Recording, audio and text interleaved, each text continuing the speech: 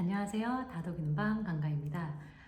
오늘은요, 고전은 누구나 제목은 알지만 읽지는 않는 책이다 라고 했었던 마크 트웨인의 말에 어떤 증거가 되는 책이 아닐까라는 생각이 듭니다. 바로 괴테의 파우스트 준비했습니다.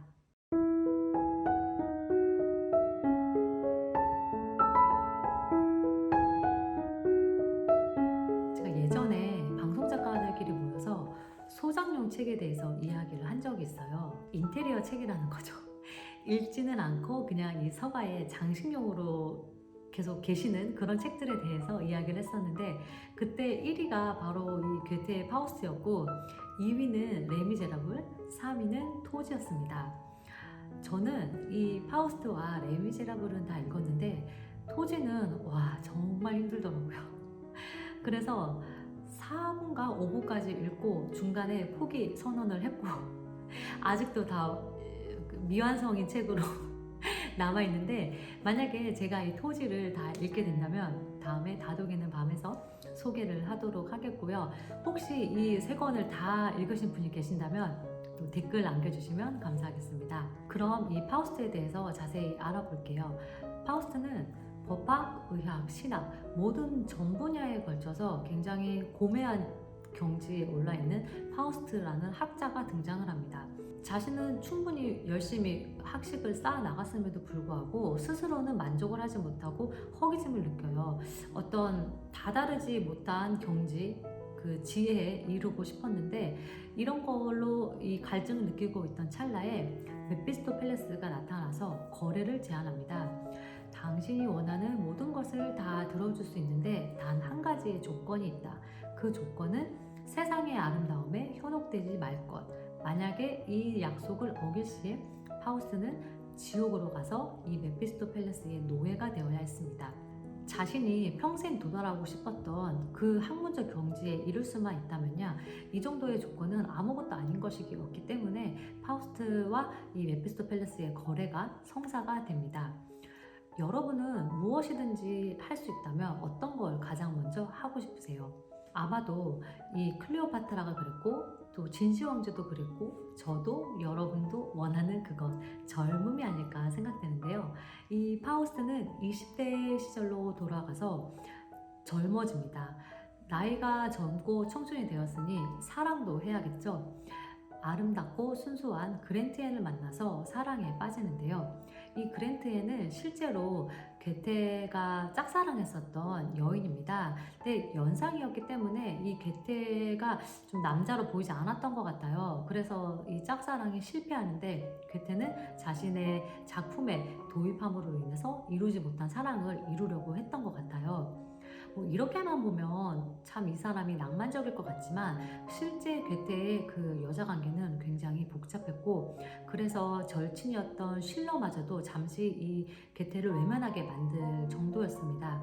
하지만 정작 본인은 한 여자를 오랫동안 사랑한 남자만이 사랑의 본질을 알 수 있다라고 했거든요. 이 오랫동안이라는 기준이 사람에 따라서 다른 것일 수도 있고, 또 이 괴테는 워낙 이 학문적인 욕구가 강하셨던 분이기 때문에 사랑의 본질에 대해서도 다양하게 알고 싶어서 그렇게 했을 수도 있을 거라 미루어 짐작을 해보지만, 이 평범한 사람인 제 입장에서는 약간은 이해하기 힘든 대목이기도 합니다. 다시 이 소설로 돌아와서 이 사랑이 전개가 되는데, 여기에서 이제 간과하지 말아야 할 점은 이 거래가 악마와 성사된 거래라는 것에 있습니다. 메피스토펠레스는 파우스트를 도와주지만 한편으로는 방해도 해요. 그래서 이 그랜티엔은 오빠한테 찾아가서 일러 바칩니다. 두 사람이 만나고 있다고요. 그래서 급기야 이 파우스트가 그랜티엔의 오빠를 죽이게 되고, 이 그랜트에는 정신착란에 빠져서 파우스트와의 사이에 아이를 낳았었는데 이 아이마저 물에 빠뜨려서 죽게 만들고 어머니도 죽게 만들어요. 이런 죄를, 이 죄 때문에 감옥에까지 가게 되는데, 상황이 이렇게 되면, 이렇게 잘못을 많이 저질렀으면 이런 도스토옙스키 작가 같은 시점에서 본다면 이 파우스트는 시베리아 종신행 정도의 그런 형벌을 가해야 마땅하겠으나 오히려 괴테는 면죄부를 줍니다. 파우스트는 전혀 죄의식을 느끼지 않았고 자신이 가보지 못한 더 강렬한 욕망, 더 강렬한 쾌락을 누리고 싶어 해요. 이 그랜트 앤이 오히려 감옥에서 속죄를 하고 탈옥을 제안했었던 이 파우스트를 만류하고 감옥에서 죽음을 맞이합니다.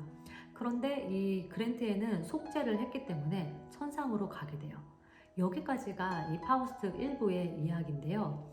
1부는 조금 얘기가 흥미롭게 진행이 되고 그래서 읽는 속도도 빨라요. 하지만 2부가 조금 어렵습니다. 2부는 그 다양한 시공간을 넘나드는 데다가 어떤 수사어고가 많이 등장해서 그 줄거리의 흐름을 따라가는데 좀 방해를 하는데 대략적인 큰 줄기를 알고 이 책을 읽는다면 조금 이해하시는데 도움이 되지 않을까라는 생각이 듭니다.